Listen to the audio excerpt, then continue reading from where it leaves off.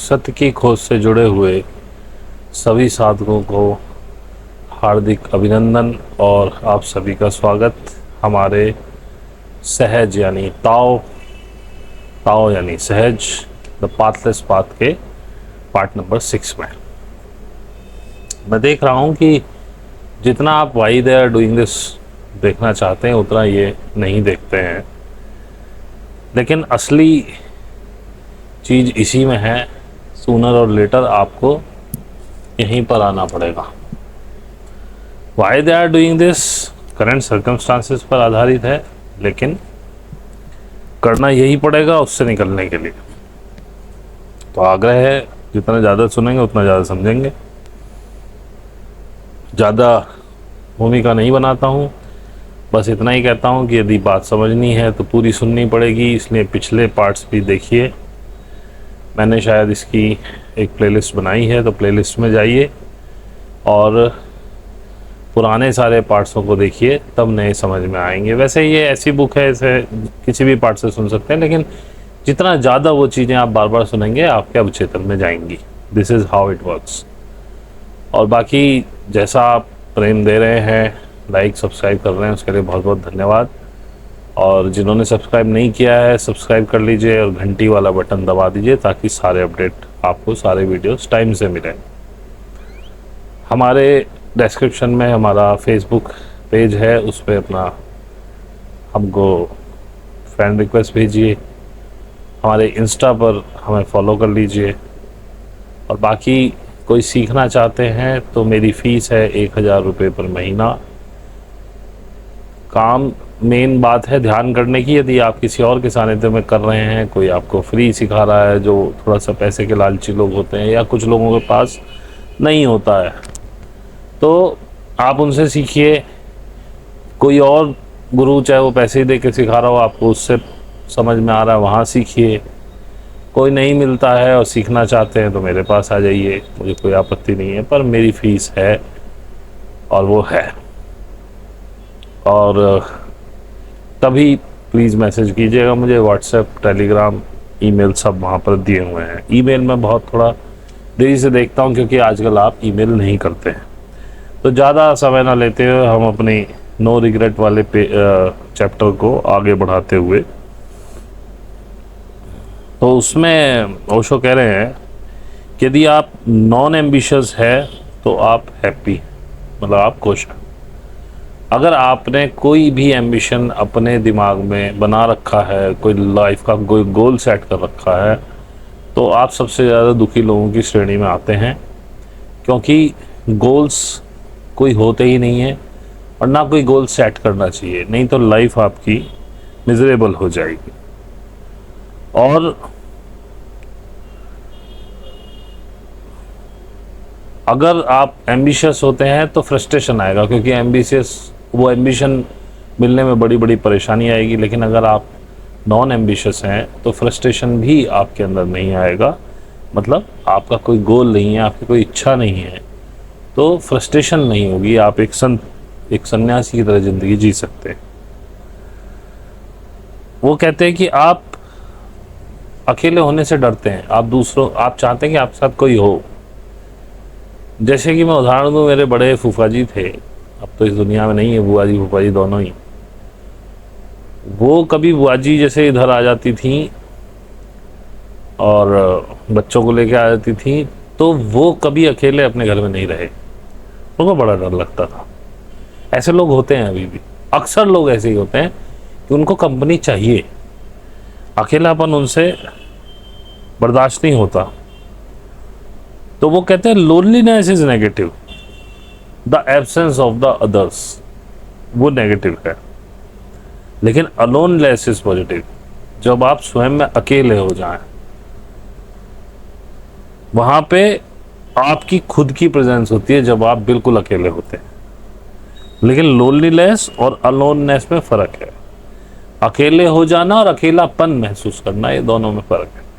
अकेलापन जब आप महसूस करेंगे तो आप नेगेटिव थॉट में जाएंगे, आपको किसी की कंपनी चाहिएगी। लेकिन अगर आप अकेले हो गए हैं तो समझिए कि आप स्वयं के साथ हो गए हैं। तब आप अपने अंतःकरण से जो अंतर आपका, जिसको आत्मा भी कहते हैं, आत्मन भी कहते हैं, जिसे मैं चेतना कहता हूँ, उससे आप जुड़ते हैं और आप बड़े हैप्पी रहते हैं। मेरा बड़ा पसंद है मुझे अकेले रहना, बिल्कुल अलोन, कुछ पिन ड्रॉप साइलेंस हो। बस थोड़ा आलसी हूँ तो खाना बनाने की वजह से लगता है मुझे खाना बना देख के दे दे, लेकिन अगर मेरा भोजन बना है, मेरे पास कोई ऐसा साधन हो, जैसे वो होती है ना, वो अंडा सेल एक होती है जेल में, कि भाई वहाँ समय से खाना आ जाए, ना आपको कुछ करना ना धरना, अपना आराम से बैठे रहो। अलोन, अकेले रहते, उसमें कोई और सेल में होता भी नहीं। I will be happy in that condition. पर मैं ये नहीं कह रहा हूँ कि मैं अंडा सेल में जाना चाहता हूँ। मतलब इस तरह की सिचुएशन में अगर मेरे कमरे में कोई समय से मुझे खाना दे जाए, बस खाना बना के लग जाए, समय से क्या अपने टाइम से दे जाए बस, और मेरे को जब इच्छा हो मैं खा लूँ, और फिर मुझे बिल्कुल अकेले रहने दो, मुझे इच्छा नहीं होती। Death to the Taoist is just returning home. वो कह रहे हैं कि मृत्यु एक ताओइस्ट के लिए, एक सहजी के लिए बस इतनी है कि घर वापस जाना है। और ये यात्रा यहां समाप्त हुई। मृत्यु घर वापस जाने जैसी है, अपने ओरिजिन जहां से हम आए थे वहां वापस जाने की है, बैक टू द सोर्स तक वापस जाने के लिए, जहां से हम आए थे वहां वापस जाने का नाम डेथ है। तो डेथ से एक ताओइस्ट, एक सहजी कभी नहीं डरता है। वो कहते हैं कि एक स्कॉलर, जो ज्ञानी, सो कॉल्ड ज्ञानी नहीं कहते हैं उसे, इंफॉर्मेशन जिसके पास, जो स्कॉलर है, जिसने डिग्रियां ली हैं, बुकिश नॉलेज जिसके पास है, वो हमेशा सत्य को मिस ही कर देता है, सत्य तक नहीं पहुंच पाता। The pandit is the man most incapable of listening. पंडित का मतलब जातीय पंडित से नहीं है। ओशो हमेशा पंडित उन्हें कहते हैं जो बस इधर उधर से, जैसे कन्फ्यूशियस का इसमें उदाहरण दिया गया, वो भी पंडित है उनके हिसाब से, जो इधर उधर से लोगों के कहे हुए शब्दों को इकट्ठा करता रहता है और समझता है कि मैं बड़ा ज्ञानी हो गया। तो वो कहते हैं वो तो सुनता भी नहीं है। हमारे ग्रुप में भी ऐसे हैं कि जब हम बात कुछ कर रहे होंगे, उनकी अपनी उधेड़बुन चलती रहती है।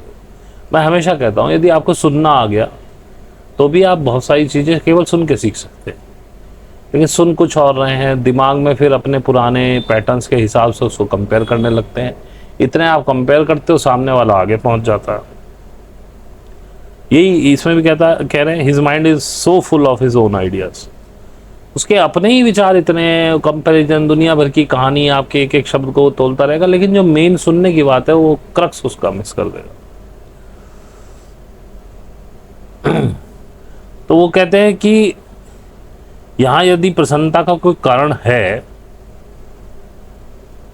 Then the cause is born to be in the past. तो वो आपके अतीत से, उसमें कारण उसका अतीत में छुपा हुआ है। कारण हमेशा अतीत में होता है। यदि आप खुश हैं तो क्वेश्चन ये है किस चीज ने आपको खुश किया, and which has made you happy has gone into the past। बहुत बहुत तार्किक, बहुत बढ़िया बात इन्होंने कही है। यदि आप अभी हैप्पी हैं तो कोई कारण होगा हैप्पीनेस का, लेकिन जैसे ही आप हैप्पी होते हैं वो क्षण छूट गया पीछे, जिसके लिए आप हैप्पी हो रहे हैं। तो वो हमेशा, इसलिए वो हमेशा पास्ट में होता है, क्योंकि आप उस कॉज के प्रेजेंट होते हुए, जब वो कॉज हो रहा था, आप हैप्पी नहीं हो सकते थे। जब उस कॉज का रिजल्ट आया तब आप हैप्पी हुए और वो कॉज पीछे चला गया, वो अतीत में चला गया। तो उसका कारण वो कहते हैं हमेशा पास्ट में होता है। तो कॉज्ड हैप्पीनेस, किसी कारण से हुई प्रसन्नता, हमेशा हमारे अतीत से ड्राइव होती है। अतीत से ड्राइव होना मतलब अभी वो नहीं है, वो चला गया, वो अभी में नहीं है। तो वो एक इमेजिनरी प्रसन्नता है, इल्यूजनरी प्रसन्नता है, वो कहते हैं। फिर वो रियल हैप्पीनेस की बात करते हैं कि वो हमेशा प्रेजेंट ओरिएंटेड होती है, वर्तमान के कारणों से, वो कभी पास्ट के कारणों से नहीं होती। रियल हैप्पीनेस अभी होगी, इसी समय होगी, इसी मोमेंट होगी। उसके लिए कोई कारण नहीं है, उसके लिए कोई टाइम नहीं है। तो इसको एक साधक ही समझ सकता है या साधक ही समझा सकता है। जब वो बैठा बैठा केवल खुश हो रहा होता, आनंद में झूम रहा होता, उसके पास कोई कारण नहीं होता, बस क्या है, बस आनंद आ रहा है। अब इसको सुनने से आप नहीं समझ सकते। जैसे कि मैं हमेशा कहता हूं, एक कुंवारी लड़की को प्रसव पीड़ा नहीं समझाई जा सकती, कितना भी आप उसे बता लें। बहुत तेज दर्द होता है, दुनिया की वो हो जाती है, हिल जाते हैं आदमी, बिल्कुल मृत्यु तुल्य कष्ट होता, फलाना ढिमकाना, कुछ भी कर लो आप उसे नहीं समझा सकते कि प्रसव पीड़ा क्या है। बस पहला बच्चा जैसे वो पैदा करने के लिए प्रसव पीड़ा में जाती है, उसको दिन में तारे दिख जाते हैं, और कोई भी लेडी किसी दूसरी लेडी को अपनी प्रसव पीड़ा नहीं समझा सकती, क्योंकि प्रसव भी लोगों का अलग अलग तरह का होता है। कुछ लोगों का इजी होता है, कुछ लोगों का टफ होता है। बहुत इजी तो कभी नहीं होता, लेकिन किसी का कंपैरेटिवली इजी होता है, किसी का कंपैरेटिवली फास्ट ज़्यादा भयंकर होता है। तो एक लेडी भी दूसरी लेडी को नहीं समझा सकती, बस क्योंकि जिसने भी पैदा किया उसका अपने आप में एक्सट्रीम था, ये मानिए। अब भाई आजकल तो ऑपरेट हो रहे हैं, तो उनका तो कुछ नहीं कह सकते। तो ये कह रहे हैं, कभी कभी आप फ्यूचर की सोच के भी हैप्पी होने लगते हैं कि आप फ्यूचर में ये कर लेंगे, वो कर लेंगे, हम ये करने वाले हैं, तुम्हारी गर्लफ्रेंड आ रही है कल को और तुम एक्साइट हो रहे हो किस चीज़ के लिए, कल आने वाले करने, जो अभी तक आया ही नहीं है। वो कहते हैं क्या तुम पागल हो गए हो? या तो तुम्हारी प्रसन्नताएं अतीत पर निर्भर है या भविष्य पर निर्भर है, और दोनों ही झूठे हैं, क्योंकि दोनों में ही तुम नहीं जी सकते। केवल वर्तमान ही सत्य है। अतीत ऑलरेडी जा चुका है, एग्जिस्टेंस से बाहर है, और भविष्य अभी तक आया नहीं है, और आप अपने ख्याली पुलाव में कभी दुखी हो रहे हो, कभी खुश हो रहे हो। वो कहते हैं the real authentic happiness is here now, वो अभी है, इसी समय है रियल हैप्पीनेस, असली खुशी वो इसी मोमेंट होती है, उसका कोई कारण भी नहीं होता है।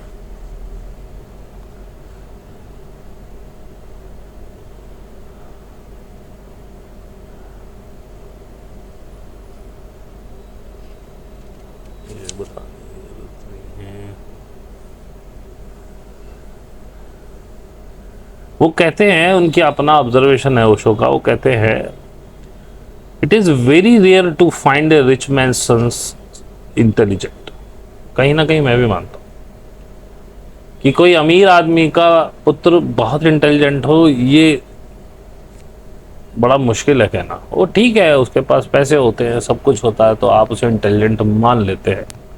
अनंत अंबानी को देख लीजिए, अगर ये मुकेश अंबानी का बेटा ना होता या किसी अमीर आदमी का बेटा ना होता, तो राधिका मर्चेंट जैसी लड़की इस मिनी हाथी से शादी करती। वो अपने बाप के पैसे से इंटेलिजेंट, और इसीलिए मैं हमेशा कहता हूँ कि अपनी औलादों को सिर्फ इतनी सुविधाएं दो कि वो अपना मतलब खाने पीने की सुविधाएं दो, लेकिन उनको इतना पैसा मत दो कि वो पागल हो जाए, इंटेलिजेंस डेवलप ही ना करें। उन्हें अपने पैरों पर खड़ा होने दो। मैंने एक गुजरात के व्यापारी हैं, हीरे वगैरह का बड़ा मोटा काम है उनका, तो मैंने उनके एक लड़के की डॉक्यूमेंट्री देखी थी। वो अपने हर बच्चे को 4 से 6 महीने घर से बहुत दूर कुछ थोड़े से पैसे और एक बहुत हल्का फुल्का सा, अब फ़ोन आ गए, पहले तो फ़ोन भी नहीं थे, भेज देते हैं सरवाइव करने के लिए। उतने पैसा लेकर के, और उन्हें अपने बाप के नाम का सहारा नहीं लेना, ये नहीं बताना मैं कौन हूँ, और उन्हें एक जगह पर 1 महीने से ज़्यादा नहीं रुक सकते वो। उन्हें कंटिन्यूस, और उसको पता भी नहीं होता है कहाँ जाना है, बस सडनली टिकट आता है उसके पास, जाओ 6 महीने अपनी ज़िंदगी जियो। और इसको पूरा करके आओगे तब आप हमारे बिजनेस में बैठोगे। That's how they train. और यही सबको करना चाहिए, क्योंकि जब तक कोई व्यक्ति परेशानियों से नहीं गुजरेगा तब तक उसकी पर्सनैलिटी बनेगी ही नहीं। लेकिन हम उल्टा कर रहे हैं, इसीलिए आजकल के माँ बाप थोड़े से दुखी हैं। वो कहते हैं they all are all stupid, they are born to be, because what is the point in becoming intelligent, why bother, they already have all they that they need. सही कह रहे हैं, क्यों दिमाग चलाएगा वो? जिसके लिए दुनिया मर रही है, बेसिक सारी चीज़ें उनके पास हैं। पैसा कमाना है, बिजनेस चल रहा है, वो रेडी है, बस उसको अब तो आपको वॉच आउट ही करना है। वो भी एक टाइम पे देखते हैं वो 25-25, 26-26 साल के तो कुछ करते ही नहीं, उसके बाद जाके तो वो चाहता है कि चलो अब बिजनेस पे बैठने लगे, वो भी शादी कराने के लिए। शादी के भी 4-5 साल मौज ली, अब जब बाप बुढ़ा होने लगा तो कहा भैया आके संभाल ले इसको। तो जितनी चीज़ें एक व्यक्ति को उसके बाप को खुद पैदा करनी पड़ी, वो उसे बराबर मिली और बेयर मिनिमम एफर्ट के साथ वो उनको कंटिन्यू भी रखेगा। तो उसे ये सब चीज़ें सोचने की आवश्यकता है क्या? उसके बाप को ये ना पता हो, लेकिन उसे जूतों के सारे ब्रांड, अच्छे अच्छे कपड़ों के सारे ब्रांड, घूमने की डेस्टिनेशंस, और पता नहीं कहाँ कहाँ जाके वो घूम घाम के आया होगा अगर शौक़ होगा, कितने दारू वारू के ब्रांड हैं, और ये सब चीज़ें उसको पता होंगी, जो कि शायद उसके बाप को ना पता हो, क्योंकि वो तो बेचारा खपा है। तो वो अपनी इंटेलिजेंस क्यों बढ़ाए? क्योंकि जो उसे चाहिए वो तो उसके पास है। In the universities they fail, everywhere they fail, they don't care a bit. वो कहते हैं विश्वविद्यालयों में वो फेल हो जाते हैं, लेकिन उनको कोई फर्क ही नहीं पड़ता, क्योंकि आखिरकार तो पैसा कमाना जो उनके पास है। वो कह रहे हैं कि यदि आप हेल्दी हैं तो आप कभी भी हेल्थ के बारे में नहीं सोचेंगे, आप टेकन एज ग्रांटेड ले लेते हैं, और आप इसे हैप्पीनेस का कोई कारण भी नहीं मांगोगे कि हम खुश हैं बिकॉज हमारी हेल्थ अच्छी है। एक हेल्दी पर्सन हेल्थ के बारे में कभी नहीं सोचता, लेकिन जैसे ही एक दांत में दर्द हुआ तो अब समझ में आया कि डिसीज के बारे में सबको पता होता है, तो दांत में दर्द हुआ वही पागल कर देता है आपको। A man is static concept like dog, like buffalo, like donkey। वो कहते हैं आदमी जो है एक कुत्ते बिल्ली की तरह एक जानवर कॉन्सेप्ट है एक तरह से। ये जैसे और जानवरों की स्पीस है उसी तरह से एक स्पीस है जिसका नाम ह्यूमन या मैन हम कह रहे हैं। मैन मोमेन वाला मैन नहीं, ह्यूमन की तरह लीजिए। ये इन्हीं में से एक स्पीसीज है। एक स्पीसीज बंदर की है, एक भैंस की है, एक ह्यूमन या मैन की है। और आदमी के लिए हमारे पास दो टर्म है, एक मैन और ह्यूमन। कुत्ते के लिए केवल कुत्ता है, भैंस के लिए केवल भैंस है, गधे के लिए केवल गधा है। क्यों? वो कहते हैं ह्यूमन का क्या मतलब है, क्यों हम मैन और ह्यूमन अलग अलग करते हैं? वो कहते हैं इसमें एक खेल है। मैन मतलब एक बायोलॉजिकल स्पीसीज, और ह्यूमन मतलब उससे बायोलॉजी से कुछ लेना देना नहीं है। ह्यूमन मतलब ग्रोइंग कॉन्सेप्ट, जो अपने आप को, अपनी चेतना को बढ़ा रहा है, ग्रो कर रहा है, निरंतर कुछ सीख रहा है नया। एक ओपन कॉन्सेप्ट है।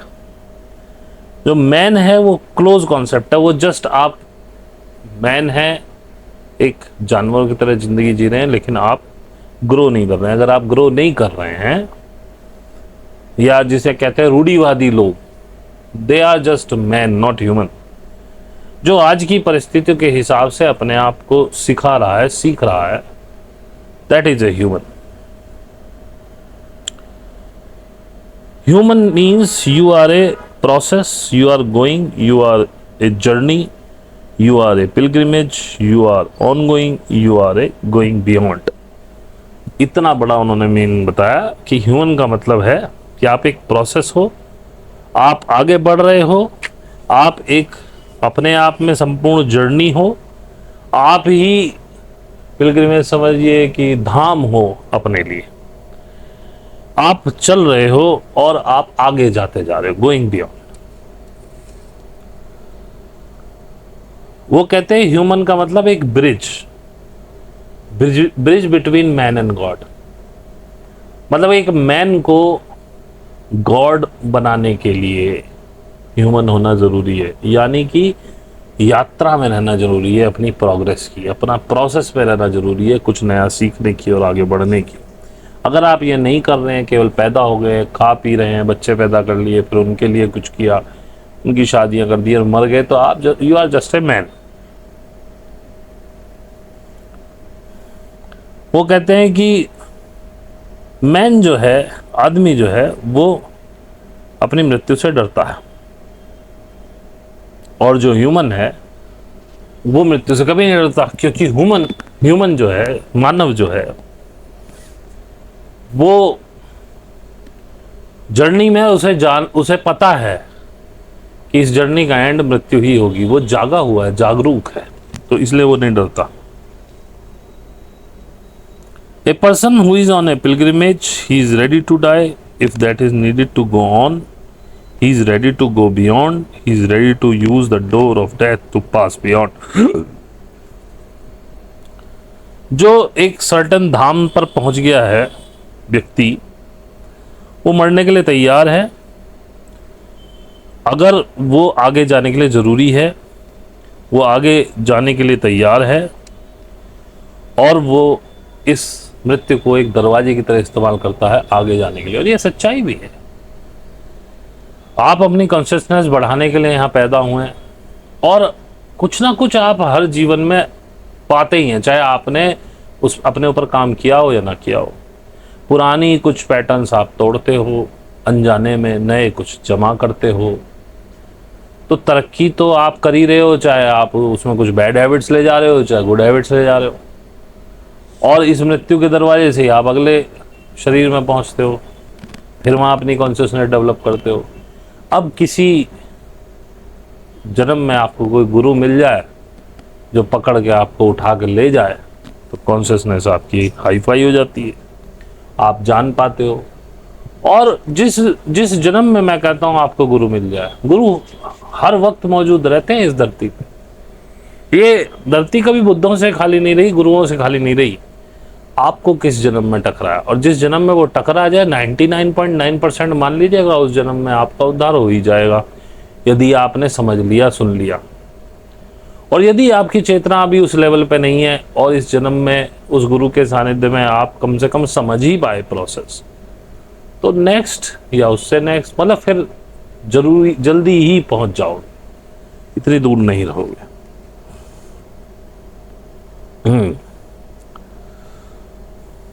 Now I have known what is life is. I would like to know what death is. Life has been known. It was beautiful. Now let us see what that is. Let us be another adventure. वो कहते हैं life को हमने जी लिया, हमने देख लिया,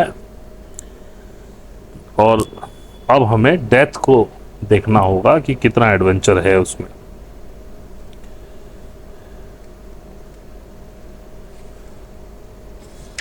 इसमें सुकरात का एक उदाहरण दिया है। जब वो मर रहे थे, उन्हें क्योंकि जहर दिया गया था, तो उनके जो शिष्य थे, अनुयायी थे, वो रो रहे थे, और उन्होंने कहा रुक जाओ, मैं जब चला जाऊं तब भी तुम कर सकते हो ये सब रोना धोना सिर पीटना, लेकिन अभी नहीं। ये सब वेस्टेज है, बिल्कुल बेकार है। कितनी महान चीज हो रही है, मैं मर रहा हूं और तुम रो रहे हो। This is what Socrates is. सुकरात क्या थे, कितनी बढ़िया बात बोली कि मैं मर रहा हूं, इतनी अच्छी घटना घट रही है और तुम रो रहे हो, मुझे एंजॉय करने दो। बिकॉज वो जागे हुए थे। सुकरात भी एक बुद्ध हुए वेस्टर्न कंट्री। मैंने कहा ना, हर क्षेत्र में ये धरती कभी बुद्धों से खाली नहीं रही, लेकिन बुद्धों को समझना बड़ा मुश्किल है। बड़ी हाई सोल्स उनके साथ कनेक्ट होती। अब जैसे ओशो को तो एक लेडी थी, उन्होंने एकदम बहुत हाइप पे ले गए, लेकिन उसके बाद आश्रम में बहुत कुछ हुआ और बहुत भीड़ आने लगी। तो ओशो सबसे कनेक्टेड नहीं थे, ना ही ओशो से सब लोग कनेक्टेड थे। जिन लोगों ने ओशो को समझा वो बहुत थोड़े थे, और ये ओशो भी जानते थे। ऐसे ही बात मैं माता जी के बारे में भी कहना चाहता हूँ। माता जी को जिन्होंने समझा वो बहुत थोड़े से लोग थे, बहुत थोड़े से। बाकी तो आधे से ज़्यादा आडंबरों के चक्कर में एक नया हाईवे मिल गया उनको चलने के लिए, एक नई देवी देवता मिल गए, क्योंकि वहाँ आपको, आप सारे गलत काम करते हुए भी आप कह सकते हो कि मैं साधु हूँ। बहुत से लोगों ने कर रखा है, वो सुबह 5 बजे पहुंच जाते हैं सहयोग केंद्र पर, और खूब शराब, मांस, मच्छी, क्योंकि पहले उनकी पत्नियां खाने नहीं देती थी, अब उस चक्कर में ऐसा हो रहा है। सभी ऐसे हैं, ऐसा मैं नहीं कह रहा हूं।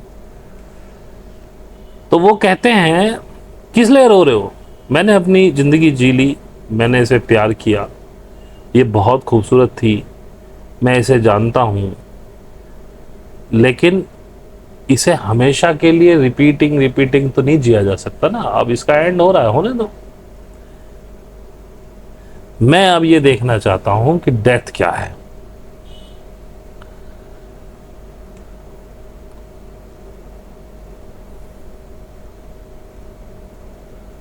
तो ये एक व्यक्ति था जिसने एक डायनेमिक लाइफ जी, ग्रोथ की लाइफ जी, इवोल्यूशन की लाइफ जी,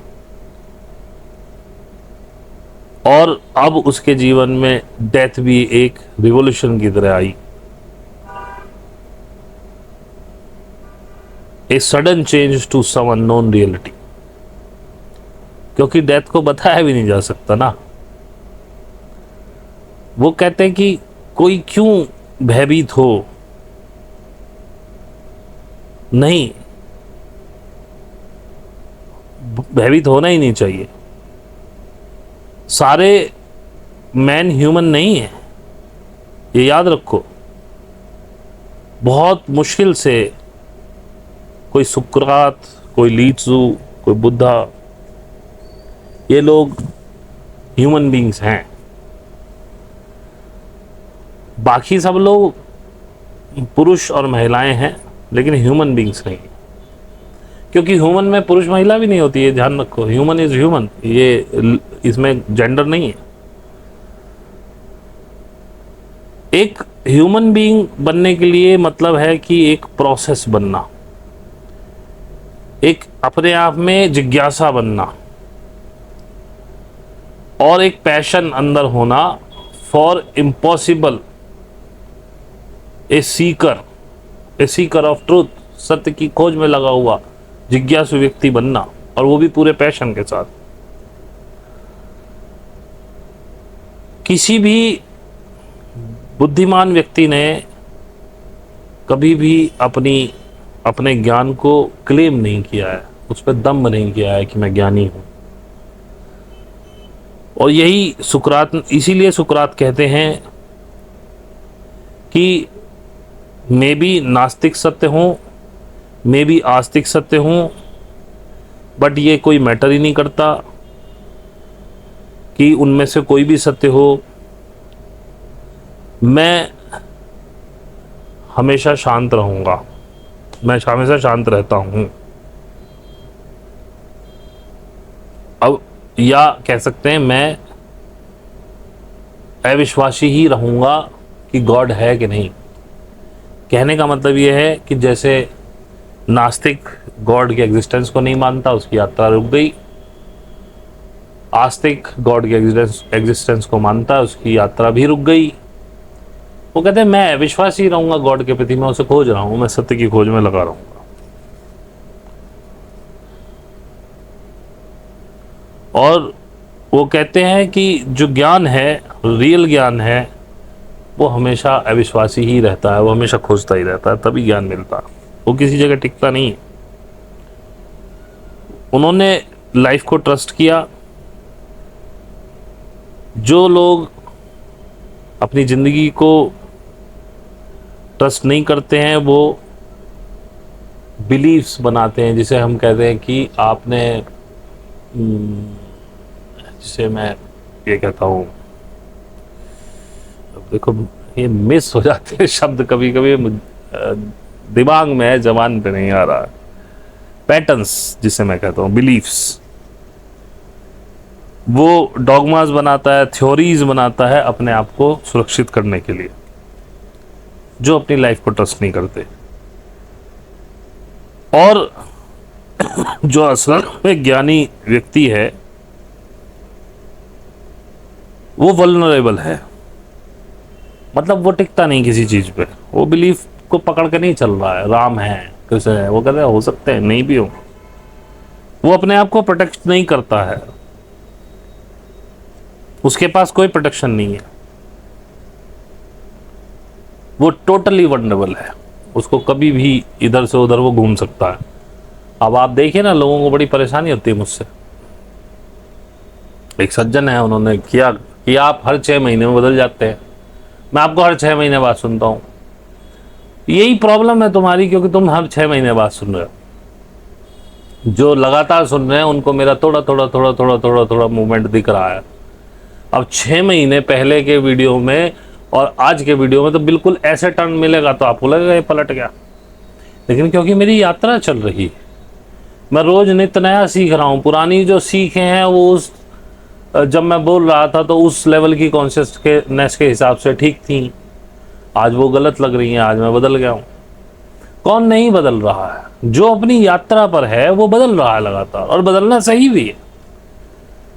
थोड़े दिन पहले मैं प्रवीण भाटिया को कभी कभी सुन लेता हूँ, कुछ शायद अंदर का कोई कनेक्शन है, बस यही जानने के लिए वो अब आजकल क्या बात कर रहे हैं। वैसे मेरा उनसे कोई लेना देना नहीं है, लेकिन मुझे लगता है कि ही एज ए, मतलब कुछ कैपेबिलिटी है उनके अंदर, और कुछ काफ़ी लोग उनसे जुड़े हुए हैं। तो ये जो ड्रामा अब चल रहा है उसमें वो एक अच्छा रोल निभा रहे हैं। वो कभी कभी सुन लेता हूँ मैं उनसे, कभी ये नहीं कहता आप गलत कह रहे हो सही कह रहे हो, क्योंकि गलत कोई कहता ही नहीं। मेरी अपनी कॉन्शियसनेस के हिसाब से वो गलत कह सकते हैं, वो सही कह सकते हैं। तो मैंने देखा एक काफ़ी समय तक वो एक ही बात को रिपीटेशन करते रहे। मैंने कहा यार ये आदमी कब आगे जाएगा। ये करीब हो गई साल भर पहले की बात। फिर 6 महीने पहले मैंने सुना तो वो थोड़े से चेंज हुए। मैंने कहा चलो, इस आदमी की यात्रा शुरू हुई। अभी 2 दिन पहले मैंने उनको सुना तो वो बहुत चेंज होके लगभग वही बोल रहे हैं जो मैं बोल रहा हूँ। मुझे खुशी हुई कि इसकी यात्रा अब चालू होगी, अब ये सही लाइन पे, अब ये चेंज होना शुरू हो गया, अब ये अटक नहीं रहा कहीं भी। अटक वो पहले भी नहीं रहे थे, लेकिन उनकी उस समय की चेतना के हिसाब से जो उन्हें ठीक लग रहा था वो कह रहे थे। अब किसी की चेतना जल्दी बदलने लगी, किसी की देर से बदलने लगी, क्योंकि सूनर और लेटर आना सबको एक ही उस पे है। हम सभी लोग एक ही तरह का काम कर रहे हैं। सबके शब्द अलग हो सकते हैं, कहने का तरीका, समझाने का तरीका, टेक्निक्स अलग हो सकती हैं, लेकिन खेल कॉन्शियसनेस को बढ़ाने का ही है। तो आगे बढ़ते हैं।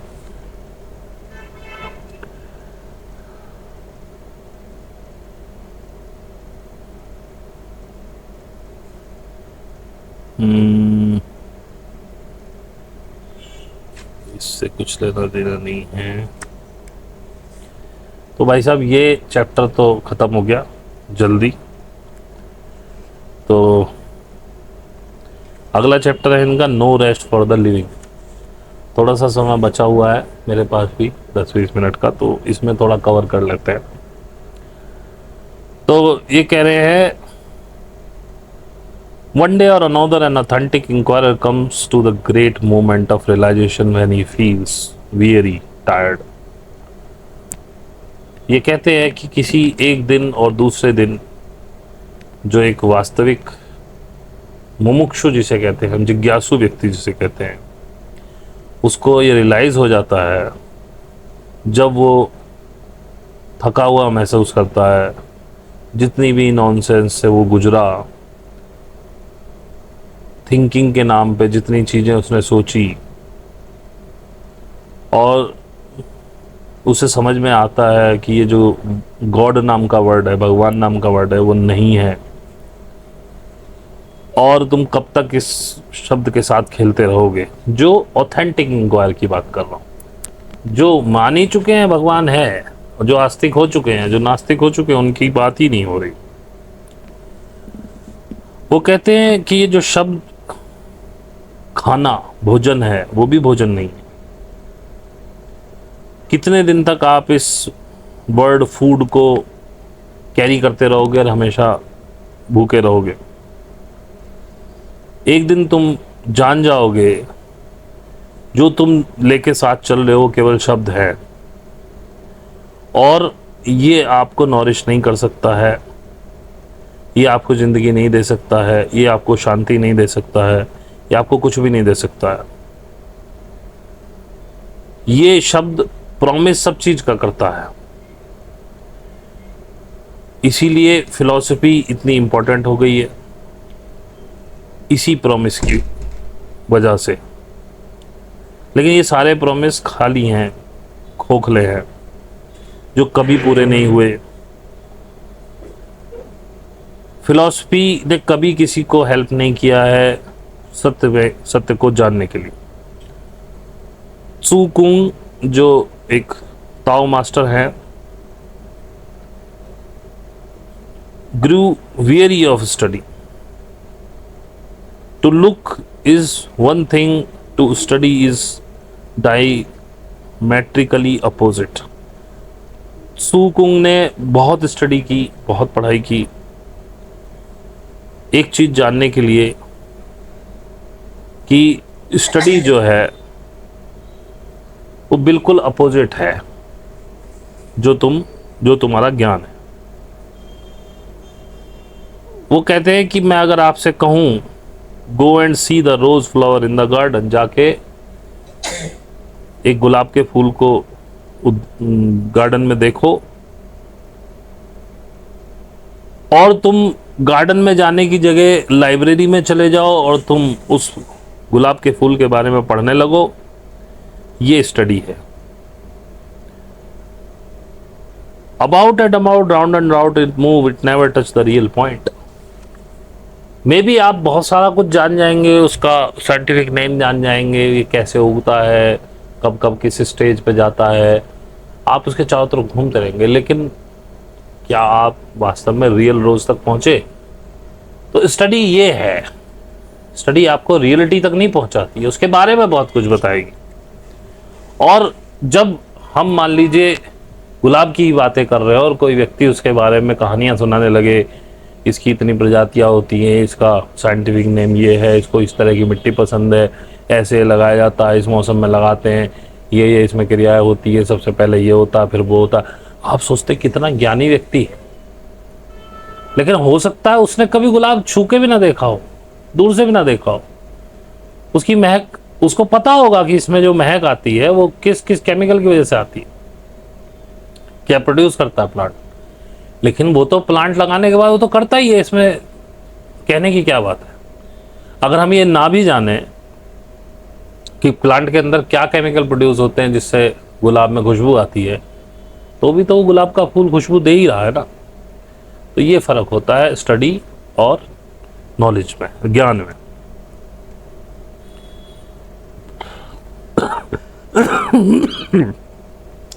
तो त्सु कुंग जो हैं वो ऊब गए थे स्टडी से। वो कहते हैं शब्द ही शब्द, बहुत हो गए शब्द, बहुत हो गई थ्योरीज, डॉगमास, बहुत डॉक्ट्रिन हो गई। और यही वो ग्रेट मोमेंट होता है एक इंक्वायरर, एक जिज्ञासु व्यक्ति की लाइफ में, जब वो इस स्टडी से थक के एक असली ज्ञान की तरफ जाना पड़ता है। और एक महान जिज्ञासु व्यक्ति ही ये जान पाता है कि ये शब्द सारे मीनिंगलेस हैं, इनमें कोई मीनिंग नहीं है। जो रियल ज्ञान है वो शब्दों से परे है।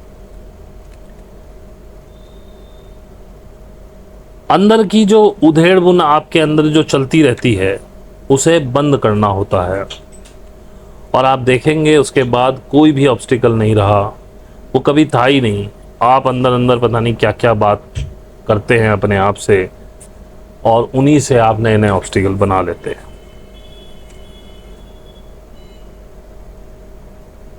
जब आप इस स्टडी पढ़ने से थक जाते हो तो एक ग्रेट मोमेंट आता है जब एक स्टूडेंट यानी कि एक विद्यार्थी बिकम ए डिसाइपल, एक शिष्य बन जाता है। जब आप इस स्टडी से थक जाते हो तब आप बिल्कुल 180 डिग्री चेंज हो जाते हो। तब आप थ्योरीज में इंटरेस्टेड नहीं रहते हो, तुम असली चीज देखना चाहते हो, ढूंढना चाहते हो, चखना चाहते हो। तुम खाना देखना चाहते हो, आप खाना चाहते हो खाने के लिए, ताकि आपके शरीर में कुछ नॉरिशमेंट आए। लेकिन तुम रेसिपीज नहीं पढ़ना चाहते हो, तुम कुक बुक्स नहीं पढ़ना चाहते हो, आप केवल असली खाना खाना चाहते हो। शब्द अब आपको मोहित नहीं कर सकते हैं। अब जैसे बहुत लोग कहते हैं, अजीब अजीब जो मेरी नागाज वाली बुक चल रही है उसके ऊपर मैं काफ़ी बता रहा हूँ, why they are doing this में, अजीब अजीब लोग हैं, कहते हैं सर इसको एक टेबल बना के समझा दो, फलाना समझा दो। अरे बुक खरीद लेना, बताया मैंने, उसमें सारी टेबलें बनी हुई हैं। फिर मेरा मतलब आपको वो बुक में जो लिखा हुआ वो समझाना थोड़ी है। उस बुक में मैं पढ़ता कुछ हूँ, समझता कुछ हूँ, डॉट कहीं और जोड़ रहा हूँ। उसमें थोड़ी ना ये सब चीज़ लिखी है जो मैंने बताई है, उससे मुझे डॉट्स मिलती।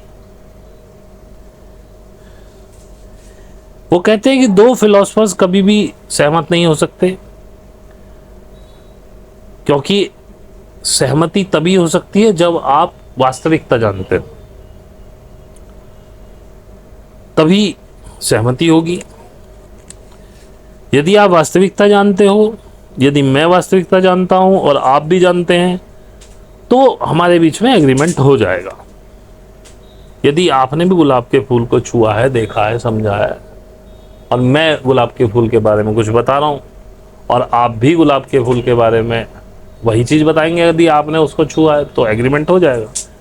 लेकिन अगर हम केवल थ्योरीज पे बात करते रहेंगे, तो मैंने किसी और की थ्योरी पढ़ी होगी, आप किसी और साइंटिस्ट की थ्योरी पढ़ रहे होंगे, तीसरा कोई और साइंटिस्ट की। अब एक व्यक्ति ने मुझसे कहा जी आप किसी चीज़ पर श्योर नहीं है। अरे श्योर तो भाई वो हिस्टोरियंस भी नहीं है जिन्होंने लिखा है। वो एक एक चीज़ के लिए 6-6 हिस्टोरियंस को कोट करता है कि इसने ये कहा, इसने वो कहा, इसने ये कहा, इसने उसका समर्थन किया, मुझे इसका अच्छा लगा। तो श्योर तो वो भी नहीं है जिन्होंने इतिहास लिखा है आज तक। तो मैं कैसे श्योर हो सकता हूँ? मेरे सामने थोड़ी हुआ है कुछ भी। तो एक बड़ी अच्छा मुल्ला नसरुद्दीन के जोक को सुनाते रहते थे, तो उन्होंने एक जोक सुनाया है कि मुल्ला नसरुद्दीन और उसकी पत्नी एक बार झगड़ रहे थे,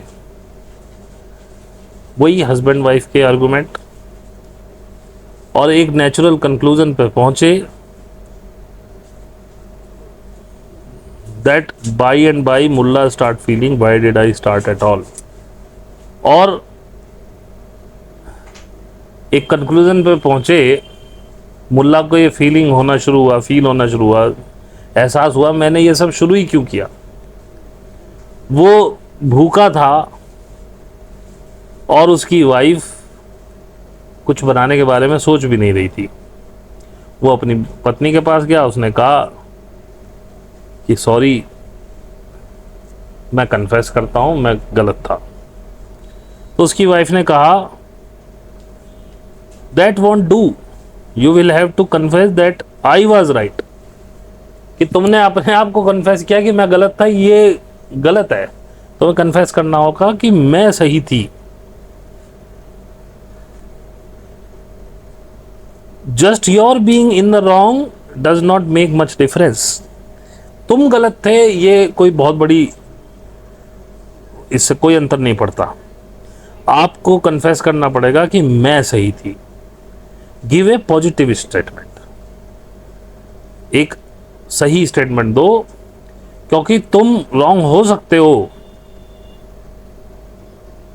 and still you may think inside yourself that I am also wrong.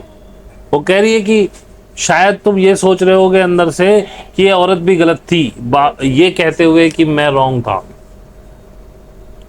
तो ये कहो कि तुम सही थी।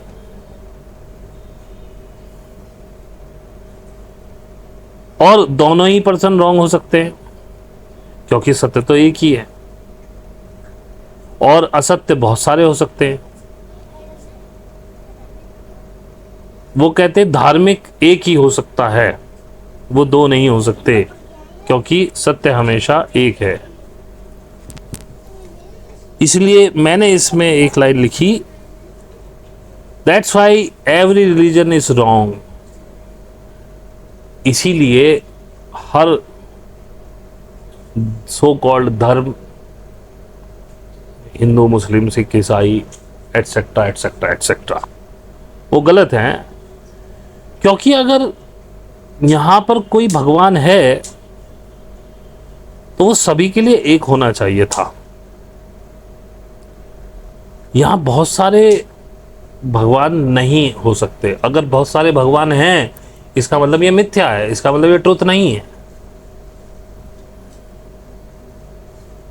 और अगर यहाँ बहुत सारे भगवान हैं और उनकी एग्जिस्टेंस को माना जाता है और लोग कहते हैं ये सत्य है कि हमारे भी भगवान है, तुम्हारे भी भगवान है, दैट मीन्स ये सब गलत है। क्योंकि सत्य केवल एक ही हो सकता है।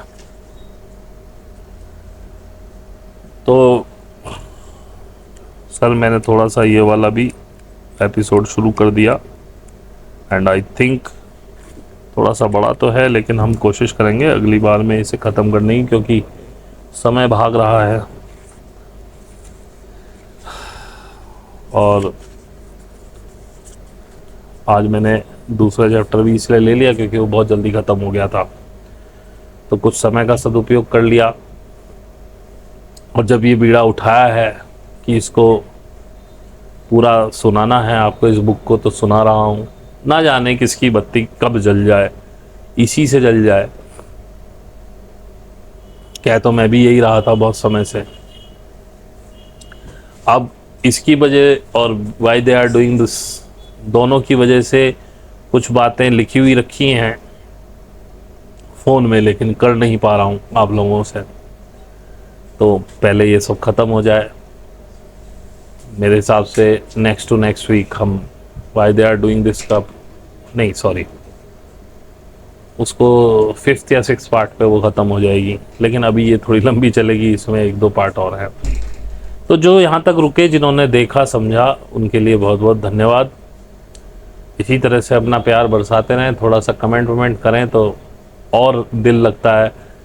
एक्चुअली है क्या कि आप असली बात पे कमेंट नहीं करते। असली वीडियोस यही हैं जो सीखने की ज़रूरत है। Why they are doing this is a very, कह सकते हैं कि लो कॉन्शियसनेस की वीडियो है वो।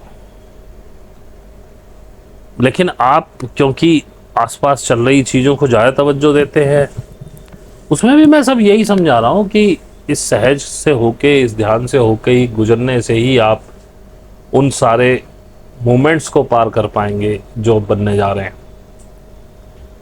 लेकिन फिर भी आप पता नहीं कहाँ गुम हैं।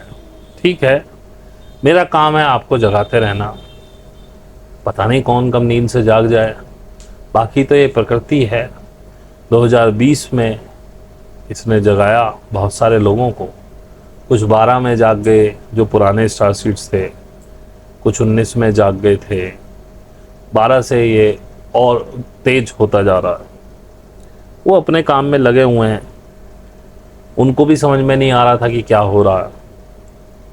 कुछ लोग बिना गुरुओं के ध्यान कर रहे हैं और बड़े अच्छे से ध्यान करके आगे निकल रहे हैं बहुत पहले से, लेकिन उनको भी सही चीज़ समझ में नहीं आ रही है। तो मुझे अचंभा होता है कभी कभी। वो अभी कुछ लोगों के मेल्स आए, मुझे बड़ा अच्छा लगा। वो बहुत पुराने ध्यान कर रहे हैं। तो ये चीज़ें आपके अनकॉन्शियस में भी फिट होती हैं। अब दूसरी लहर आएगी, कब आएगी, कैसे आएगी, मुझे नहीं पता। वो डरावनी होगी, उसमें मारकाट होगी, या कुछ और होगा, क्योंकि ये धरती तो मूव कर रही है अपने एसेंशन की तरफ। और जितना ये आगे जाएगी, चीज़ों को चेंज होना होगा और चुटकियों में कुछ नहीं बदलेगा। चीज़ें इसी तरह से क्रिएट की जाएंगी कि धीरे धीरे धीरे धीरे धीरे आप मूव होंगे। और 2035 तक मेरा अनुमान है कि चीज़ें इस लेवल पे पहुंच जाएंगी कि अब आपको मूव ही होना, बस मूव होना रह जाएगा। बाकी जो मेजर चेंजेस हैं वो शायद हो चुके हों। उसके बाद जो भी अगला 20, 25, 30 साल का समय लगे, पूरी तरह से आपको असेंशन वाली पृथ्वी में जाने के लिए, उसमें कुछ फ्रंट रनर्स होंगे जो अभी से काम कर रहे हैं, मैक्सिमम उनमें स्टार सीड्स होंगे, और कुछ बैक बेंचर्स होंगे, उनको समय पूरा दिया जाएगा।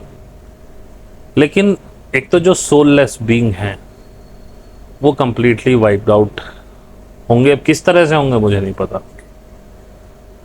और उसके बाद भी जो आगे के वातावरण को नहीं समझ पाएंगे, संभाल पाएंगे, मुझे लगता है कि इसमें कानून भी बहुत सख्त होंगे आगे, ताकि आप कुछ भी गलत कर ही ना पाएँ।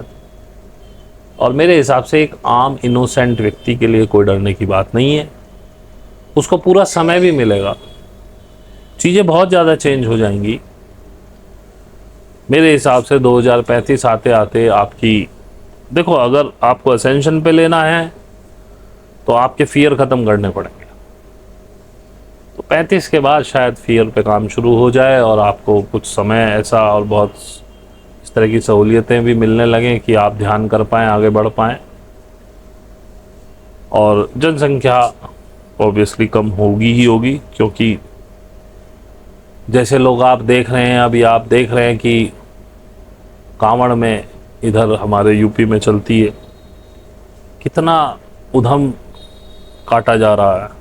जरा किसी की गाड़ी छू गई किसी कांवड़िया से, चाहे कांवड़िया की गलती हो, उसकी गाड़ी तोड़ दी, मारने को तैयार है। ट्रक छू गया, ट्रक में आग लगा दी। 2 कांवड़िया गुट आपस में भिड़ गए, वहाँ मारपीट चल रही है।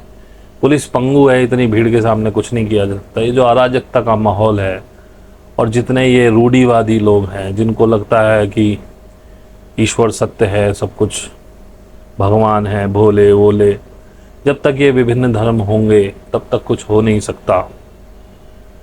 इन सारे धर्मों की रूढ़ियाँ टूट जाएंगी तब तक, ऐसा मेरा अनुमान है। कैसे टूटेंगी थोड़ा सा आइडिया है, लेकिन आइडिया देने से क्या होता है कि आपकी अंदर की जो चेतना है वो प्रभावित होती है। वो मेरा आइडिया है, मेरे को समझ में आ रहा है, लेकिन हो सकता है वो गलत हो, इसलिए मैं बता नहीं रहा हूँ। थोड़ी सी टफ कंडीशन होंगी, लेकिन आप समझिए कि सोने को अगर निखारना है तो उसे तपिश में से गुजारना पड़ता है, उसे पिघलाना पड़ता है, इतनी तपिश देनी पड़ती है। तो उनको एक टेस्ट की तरह लीजिएगा, जो टेस्ट पास करेगा वो आगे जाएगा। यही आपके लिए छोटा सा हिंट है आगे जीने के लिए। आपको समझ में आए तो ठीक है, और जो उस टेस्ट को नहीं पास कर पाएंगे, मर जाएंगे, निकल जाएंगे, तो भाई ये तो जीवन मृत्यु चलती रहती है इस दुनिया में। हो सकता है मैं भी ना पास कर पाऊँ, मैं भी मर जाऊँ, क्या भरोसा। ऊंची ऊंची बातें करने से थोड़ी कुछ होता है। चलिए, आपका बहुत समय लिया, आपका बहुत बहुत धन्यवाद। और प्लीज़ हमें लाइक सब्सक्राइब कीजिएगा, कमेंट्स कीजिएगा, जो आपके क्वेश्चन है वो भेज सकते हैं। हमारे फेसबुक पेज को पे फ्रेंड रिक्वेस्ट भेजिए, डिस्क्रिप्शन में है। इंस्टा को फॉलो कीजिए, और जो ध्यान सीखना चाहते हैं, 1000 रुपये महीना मेरी फ़ीस है। अगर आपको कोई सिखाने वाला नहीं मिल रहा है, या आप किसी से सीख रहे हैं उससे संतुष्ट नहीं हैं, या आपके पास पैसे नहीं है, तो प्लीज़ मत आइएगा, फिर उसको ढूंढिए जो फ्री में सिखा सकता हो। मैं नहीं सिखाता फ्री में, तो आप मुझे व्हाट्सएप कर सकते हैं। Thank you very much.